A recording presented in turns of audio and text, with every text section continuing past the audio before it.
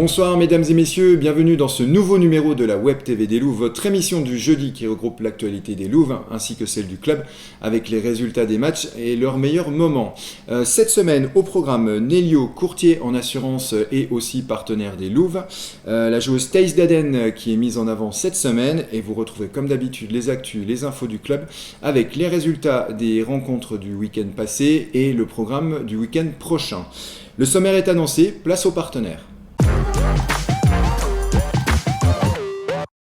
Qui parmi vous n'a jamais procrastiné quand il s'agissait de changer de banque, d'assurance ou d'effectuer toute autre démarche administrative qui vous donne la migraine, rien que d'y penser, des papiers, encore des papiers, les petites lignes à lire ou encore les conditions générales de vente ou d'utilisation, etc. etc. Cette semaine, notre partenaire, c'est Nélio, courtier en assurance destiné aux professionnels qui a pour but de trouver la meilleure solution et adaptée à vos besoins. Je vous retrouve juste après cette interview.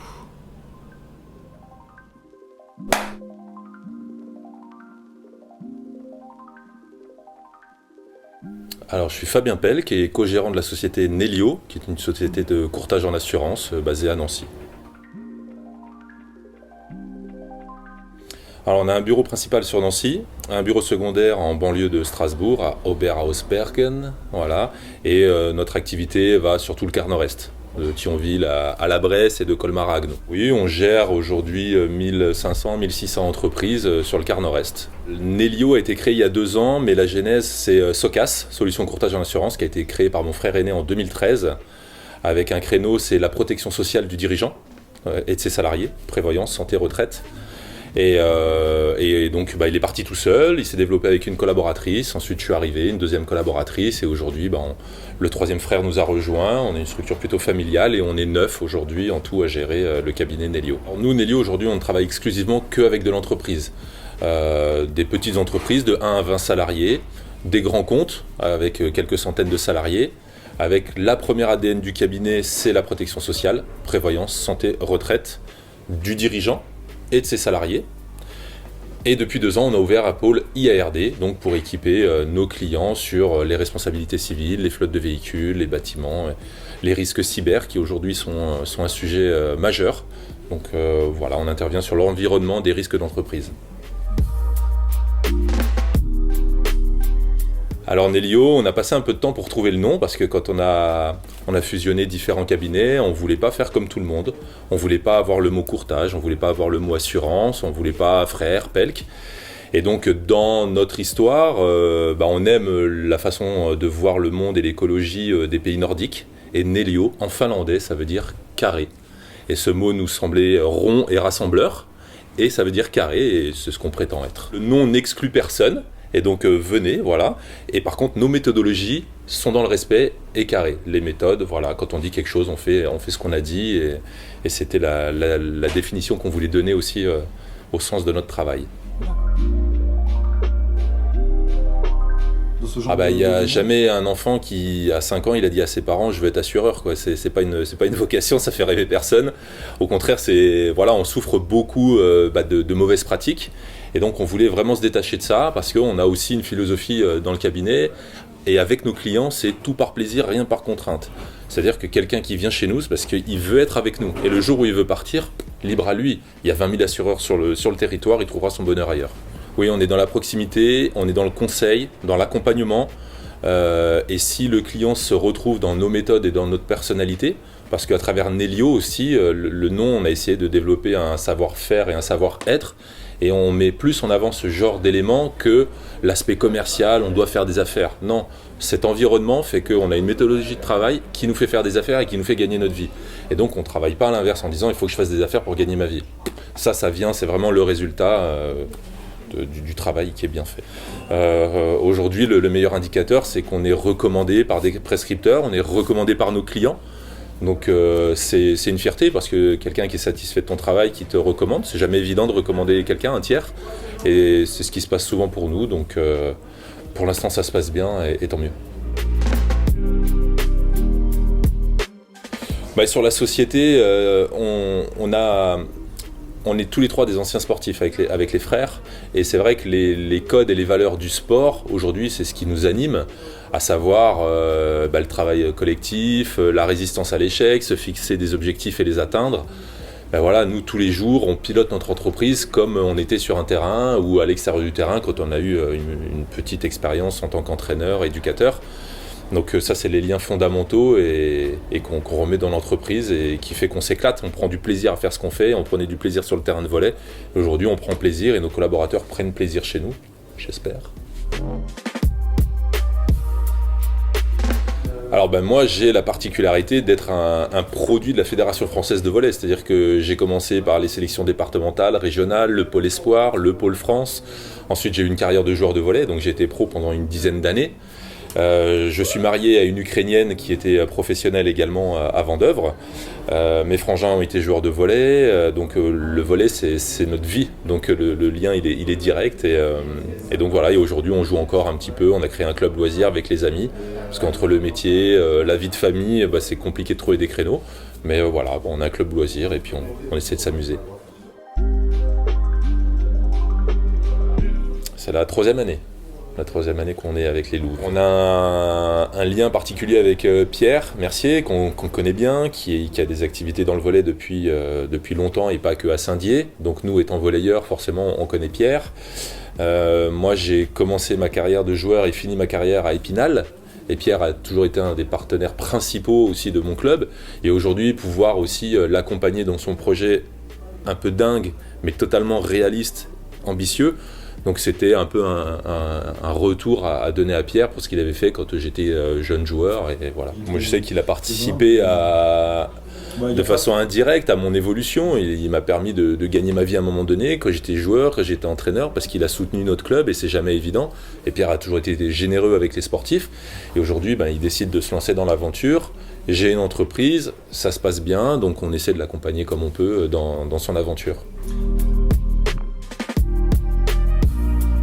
Il est simplement humain, nous, de pouvoir vivre par procuration l'aventure des Louves, l'aventure de Manu Dumortier, que je connais très très bien, qui est le coach aujourd'hui de cette équipe. Donc voilà, c'est un moyen de pouvoir être associé à cette très très belle évolution et je souhaite qu'elle puisse continuer encore très rapidement avec une accession en première division.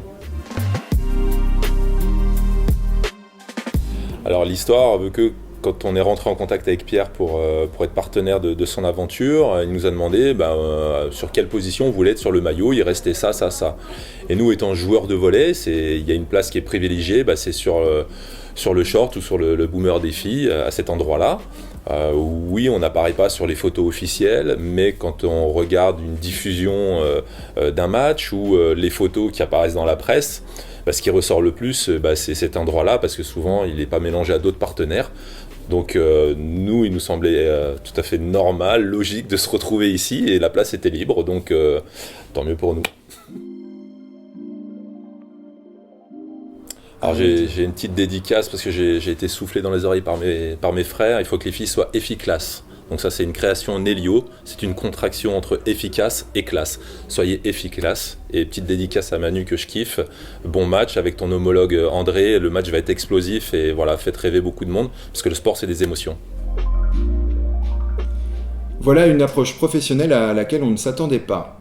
N'hésitez pas à prendre contact avec Nélio et la fratrie Pelk pour trouver l'offre de couverture adaptée à vos besoins. Merci Fabien d'avoir pris ces quelques minutes pour répondre à nos questions, d'avoir présenté votre activité et également le pourquoi du comment du partenariat avec le club. Je tiens aussi à remercier chaleureusement Benoît Colna et toute son équipe de l'hôtel Ibis quai Jeanne d'Arc pour la mise à disposition de son salon pour pouvoir effectuer cette interview dans les meilleures conditions. Merci encore. Il est l'heure maintenant de vous présenter la joueuse de la semaine. Elle est l'une des joueuses les plus anciennes de l'équipe des Louves, au même titre que Manon Bollet. Elle n'est pas non plus l'une des plus grandes, mais ses qualités techniques et son dynamisme en font une pièce maîtresse sur le terrain. Elle porte le numéro 13, à vous de décider si c'est un signe de chance ou non. Voici la vidéo de présentation de Thaïs Daden.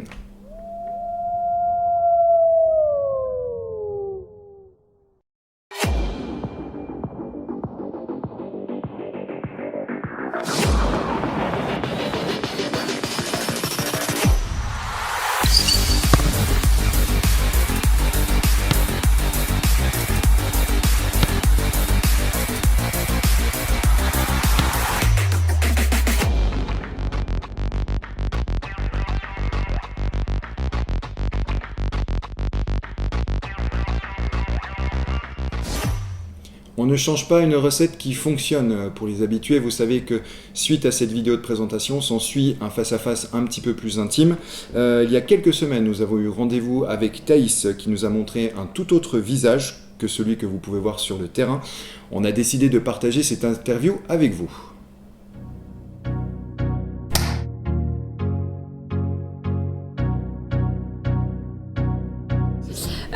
Donc je m'appelle Thaïs Daden, je suis libéro de l'équipe des Louves et j'ai 23 ans. Libéro, c'est celle qui a le maillot de la couleur différente. Mon but, c'est de prendre mes responsabilités sur le jeu arrière, donc j'attaque pas, je ne sers pas, je fais que réceptionner et défendre.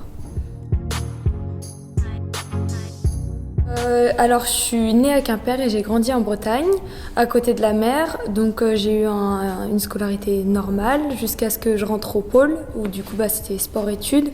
Donc j'étais en 3e, j'ai eu une enfance heureuse et épanouie.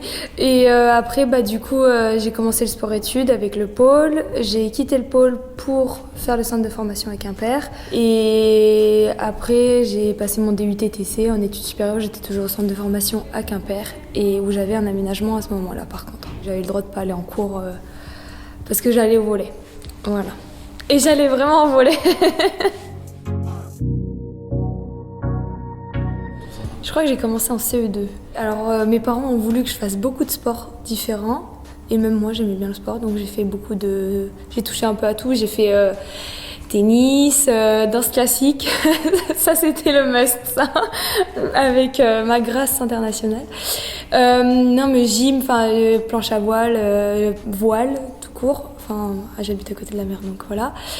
Et un jour on a décidé de me mettre au volley et ça m'a plu. Du coup de fil en aiguille j'ai continué quoi et j'ai progressé et après j'ai été prise en équipe régionale, en équipe départementale, en équipe dans les équipes jeunes où il y a des sélections et donc jusqu'à la sélection du pôle. Donc moi j'ai commencé le volley à Douarnenez et en fait quand on est petit, c'est pas sous forme de championnat, c'est sous forme de plateau.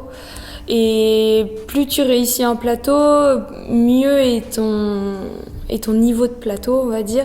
Et donc il y en a qui sont moins bons et qui restent en départemental et il y en a qui réussissent à jouer contre toutes les équipes régionales. Et à partir de ce moment-là, oui, il commence à y avoir un peu de recruteurs, des gens qui représentent l'équipe de France qui viennent superviser un peu, regarder les talents, les jeunes talents ou les filles potentielles qui sont grandes ou autres. Et il y a les Coupes de France aussi, jeunes, qui mènent aussi à rencontrer des sélectionneurs jeunes ou des trucs comme ça. Alors j'ai un papa qui était sportif de haut niveau quand il était plus jeune, donc en planche à voile justement, donc ça... je pense que j'ai grandi un peu là-dedans dans le challenge sportif et je sais pas, j'ai toujours voulu faire du sport, j'ai toujours voulu faire du sport de haut niveau en fait. Et du coup, comme j'accrochais bien avec le volley, je voulais faire du volley et je sais pas, j'avais une très bonne copine avec qui j'ai évolué à Douarnenez, à Quimper et après on s'est séparés après Quimper, elle est partie en région parisienne. Mais du coup, en fait, on faisait un peu tout ensemble. Et elle, sa grande sœur, était aussi au pôle. Et en fait, c'est vrai que comme c'était ma super copine, j'ai découvert le pôle grâce à elle. Et j'ai tout de suite dit à mes parents, oh, j'ai envie d'aller faire le pôle, j'ai envie de faire les sélections du pôle. J'y vais avec Juliette. Et du coup, on s'est présentés. On était plusieurs copines au final, parce qu'on se connaissait avec les sélections régionales.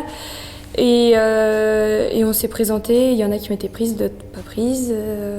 En vrai, j'ai imposé ça à mes parents, j'ai pas trop cherché à leur demander, je pense. Je leur ai dit... ils m'ont toujours suivi dans ce que je voulais faire, tant que c'était pas des conneries. Ils m'ont toujours suivi dans mes projets et du coup, ils m'ont dit « Ok, c'est bon, tu fais ce que tu veux, si c'est ce que tu veux faire, on va te suivre. » Donc j'ai commencé à Douarnenez, donc mon tout premier club quand j'étais petite. Et quand je suis rentrée au pôle, il me fallait. C'est mieux d'évoluer dans un club qui a une équipe au niveau national. Donc parce que Douarnenez c'était un très bon club formateur, il y avait des superbes équipes jeunes, mais après au niveau senior il y avait rien. Donc je suis partie à Quimper où j'ai joué en N3. Après, on est monté en N2, tout ça, de petit à petit. Et où, du coup, après, j'ai intégré le centre de formation aussi à la sortie du pôle. Et après, le centre de formation, je suis venue à Saint-Dié. Donc, c'est ma 4e saison. Je suis arrivée ici en 2019. 18 ou 19 ? Je suis arrivée en 2018. Donc, quand j'ai quitté Quimper, j'ai appelé un de mes anciens coachs en lui disant que je voulais partir. Et donc, il connaissait Manu Dumortier, il connaissait un agent, il m'a mis en contact avec les deux et après, je suis arrivée ici.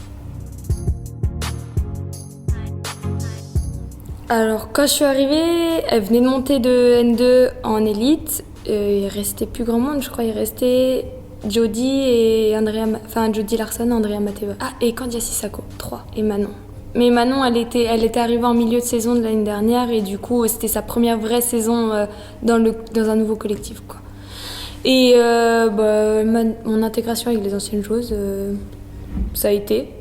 Il y avait plus de nouvelles, donc pour le coup, c'était vraiment un groupe qui était refondé à quasiment 100% et l'intégration, ça a été.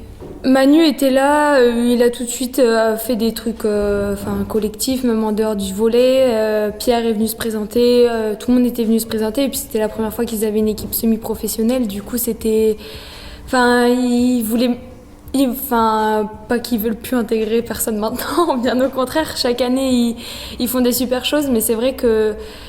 ils nous ont tout de suite montré qu'en gros, c'était notre deuxième maison un petit peu, quoi. Ils nous ont tout de suite mis à l'aise. Un rôle particulier, non. Après, on va pas être désagréable dès qu'on les voit, quoi. Par exemple, si elles savent pas où sont les supermarchés, on va leur dire. Si elles cherchent, je sais pas, une bonne boulangerie, on va... c'est pas faciliter la tâche, mais leur donner des petites adresses. Après, nous-mêmes, on n'est pas d'ici, donc voilà, mais en termes d'intégration collective, je pense qu'une intégration, elle se fait toujours naturellement. Il y a rarement des filles qui sont méchantes à pas vouloir intégrer les nouvelles, quoi. Ça n'existe pas. Je pense que c'est bien. Tant que ça a du sens, je pense que c'est même génial. Voilà. Oui, quand ça a du sens, c'est sincère, j'ai envie de dire, et ça montre tout le bon engagement, le bon vouloir d'un club, d'une équipe, et je trouve ça bien. Je trouve ça vraiment bien. Écoute, j'aurais dit que... je pense que l'équipe de cette année, c'est un vrai mélange de tout, culturel, tout. Mais c'est vrai que ce qui est marrant, c'est que les profils sont tous différents. Il n'y a pas une joueuse qui ressemble à l'autre, que ça soit, par exemple, sur le poste de pointu, Zi et Raquel, c'est deux profils totalement différents pour le même poste. Et c'est ça à tous les postes. Et je trouve, il y a des résultats, donc pourquoi pas. C'est la première fois que je joue avec une équipe aussi hétérogène et aussi diversifiée, autant, mais ça fonctionne. C'est de faire les meilleurs playoffs possibles, que ce soit d'un point de vue collectif ou individuel, et puis réussir à avoir la meilleure place possible dans le classement pour ces playoffs.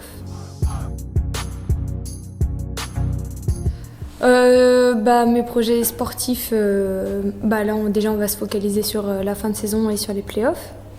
C'est de réussir à performer le mieux possible. Après au niveau professionnel, déjà c'est de terminer mon master marketing, parce que après là du coup j'aurai plus rien. Et puis dans le futur, je sais pas dans combien d'années exactement, j'ai pas défini ma fin de carrière exacte. Mais c'est du coup travailler dans le marketing dans une boîte. C'est vrai qu'un équipementier sportif, ça me plairait, par exemple, de travailler dans le marketing de produits. Là. Queen Yaman, ça vient de chez moi, direct. C'est tellement bon, c'est bien gras, bien sucré. trop bien. Et les roches blanches, c'est à côté de chez moi. La roche blanche, direct. La glau, la pluie. La pluie. Parce que la neige, quand ça fond, c'est horrible. Alors, la neige, c'est génial quand il y a 1 mètre et que c'est tout blanc et que c'est trop beau. Mais par contre, c'est la pluie, direct.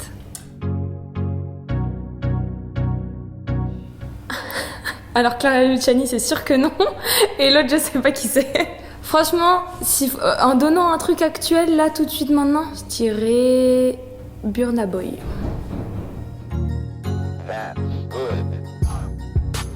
La fille de voler. J'aime pas la pêche. Non,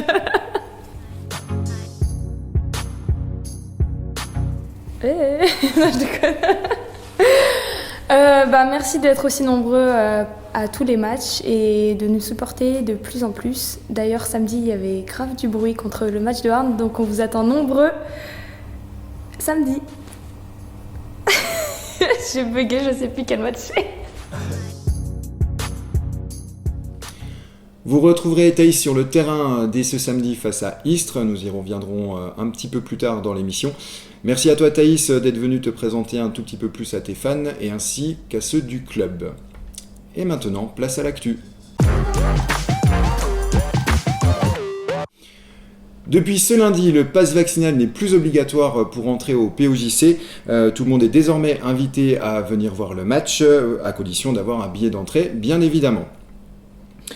Dans l'actu également, le Cafetière, avec sa nouvelle direction depuis juillet 2021 en la personne de Madame Aurore Magnien-Migliarini, nous fait le plaisir d'être parrain du match ce samedi face à Istres. Vous retrouverez le reportage dans une prochaine émission. Également aujourd'hui, c'est l'anniversaire de votre manager général préféré et tout jeune papa, j'ai nommé Denis Merchez. Nous lui souhaitons un joyeux anniversaire, Denis. C'est tout pour l'actu, on passe maintenant aux résultats des équipes du club. Comme à l'accoutumée, nous allons débuter avec les résultats des catégories de jeunes. Pour l'équipe M13 filles en poule honneur, l'équipe 2 a vécu des sentiments mitigés ce samedi avec une défaite face au Cam Épinal sur le score de 2-7 à 1-1, mais se sont rattrapés en l'emportant face à Pont-à-Mousson 4 sur le score de 2-7 à 0. Pour l'équipe M13 filles, équipe 1 en poule excellence, elles ont perdu leur premier match face à Yutz Thionville 1 sur le score de 2-7 à 0, mais se sont également rattrapées pour leur deuxième match face à Vendeuvre 1 et l'ont emporté sur le score de 2-7 à 0. Les M13 garçons en honneur se sont imposés face à Épinal sur le score de 2-7 à 0 et ont remporté leur deuxième match face à Villers sur le même score de 2-7 à 0. En ce qui concerne les M18 filles, l'équipe 1 était en déplacement à Gérardmer. Elles ont remporté le match face à Gérardmer sur le score de 2-7 à 0 et ont remporté leur deuxième match face au Cam Épinal sur le score de 2-7 à 0. Elles confortent ainsi leur première place dans cette poule honneur. Nous allons passer maintenant à la catégorie senior. L'équipe de pré-nationale féminine a dû batailler face à l'équipe de Moulins. Elles ont remporté le match sur le score de 3-7 à 2. 15-13 au tie-break. C'était un duel au sommet dimanche dernier pour l'équipe de régionale masculine. Saint-Dié affrontait le premier de la poule, mais malheureusement s'est incliné chez le leader sur le score de 3-7 à 0 avec un effectif trop amoindri. Malheureusement, les Louves n'ont pas réussi à réaliser le triplé gagnant face à Mougins le week-end dernier. On ne peut cependant ne pas leur jeter la pierre car elles se sont battues du début à la fin, malheureusement qu'en 4-7. Emmanuel Dumortier expose son compte-rendu de professionnel dans une interview réalisée lundi soir. Alors, peux-tu me donner ton compte-rendu du match de samedi passé contre Mougins, s'il te plaît ? Bien sûr, une défaite logique parce que on a raté les quelques opportunités qui nous auraient pu faire gagner le 4e set. Un début de match où on manque un peu d'agressivité, un peu de capacité à défendre certains ballons. Voilà, on n'a pas été assez vigilant en défense et on perd le premier set là-dessus. Voilà. Après on fait un bon deuxième set, le troisième set il est complètement dominé par Mougins et le quatrième on a beaucoup d'avance et on n'arrive pas on n'arrive pas à conclure et on fait pas mal de petites erreurs qui nous coûtent cher au final. Alors justement, on a eu affaire à un match plutôt serré, avec quand même un dernier set au tie-break. Qu'est-ce qu'il aurait manqué pour cette victoire? Est-ce que l'absence de Raquel a une incidence particulière? L'absence des joueuses est toujours un problème, surtout sur la possibilité de faire des rotations et de faire souffler une ou deux joueuses. Mais surtout, voilà, notre incapacité à surmonter notre frustration quand on faisait des erreurs. À chaque fois, on mettait 1 ou 2 points. Quand on perdait un point bêtement, on mettait 1 ou 2 points à pouvoir réagir et à réagir de bonne manière. C'est ce qui nous a engendré pas mal de séries. Voilà. Et on se focalisait sur le point d'avant plutôt que de se focaliser sur le point d'après. C'est pour moi la principale source de problème de notre rencontre sur ce match-là. Alors samedi, donc, vous jouez contre Istres, qui avait battu déjà les Loups lors de la Coupe fédérale. Qu'est-ce qu'il va falloir faire pour espérer les battre? Eh ben, il va falloir faire beaucoup de choses parce que Istres est supposé être plus fort que nous. Comme on dit souvent, la plupart de leurs remplaçantes seraient titulaires chez nous.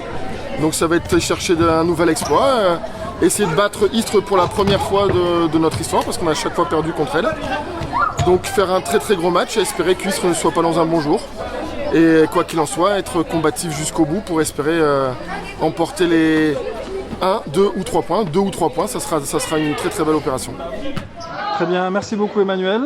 Et bon courage pour samedi. Merci beaucoup. Ce week-end, les Louves jouent à nouveau à domicile. Elles recevront les Provençales d'Istres avec un coup d'envoi de la rencontre à partir de 19h. Vous n'êtes pas sans savoir, mais les Louves s'étaient inclinés face à cette équipe dans le cadre de la Coupe de France fédérale. Et comme vous le savez, votre présence dans les gradins a tendance à faire trembler les adversaires, alors réservez dès maintenant vos places pour samedi soir. Nous vous attendrons avec une ouverture des portes à 18h. Si vous ne pouvez pas venir, le match sera retransmis sur Facebook, YouTube, également sur le site officiel du club saindiervolley.eu et chez nos confrères de Vosges TV, le canal 31 de la TNT. Maintenant, place au programme des autres équipes du club. Dans les catégories de jeunes, les M15 féminines en poule excellence affronteront en premier match l'équipe du CAM Épinal et ensuite elles affronteront l'équipe de Mézières 1. Ensuite, les M15 garçons en poule honneur seront opposés pour leur premier match face à Villers et pour leur deuxième match face à l'équipe 2 de Mézières. Unique match senior le week-end prochain, la pré-nationale recevra au COSEC Michel Plinguy à partir de 20h30 l'équipe B de Mézières. Et je terminerai maintenant avec les équipes loisirs. L'équipe 1 se déplacera cette semaine face à Chavelot 1, tandis que l'équipe 2 recevra l'équipe de Chavelot 3. Je vous donnerai bien évidemment les résultats de ces rencontres la semaine prochaine. Ce numéro 25 de l'émission est désormais terminé. Pour suivre toute l'actualité des Louves et du club, ainsi que les rencontres en direct, abonnez-vous à nos différents réseaux sociaux dont l'adresse s'affiche en bas de votre écran. N'oubliez pas la petite clochette sur notre chaîne YouTube pour recevoir les notifications de direct. Merci à vous de nous avoir à nouveau suivis. Nous vous souhaitons une très bonne fin de semaine, de très bons matchs et des victoires pour toutes les équipes ainsi que pour les Louves. Nous vous donnons rendez-vous jeudi prochain pour une nouvelle émission. Au revoir et à très vite.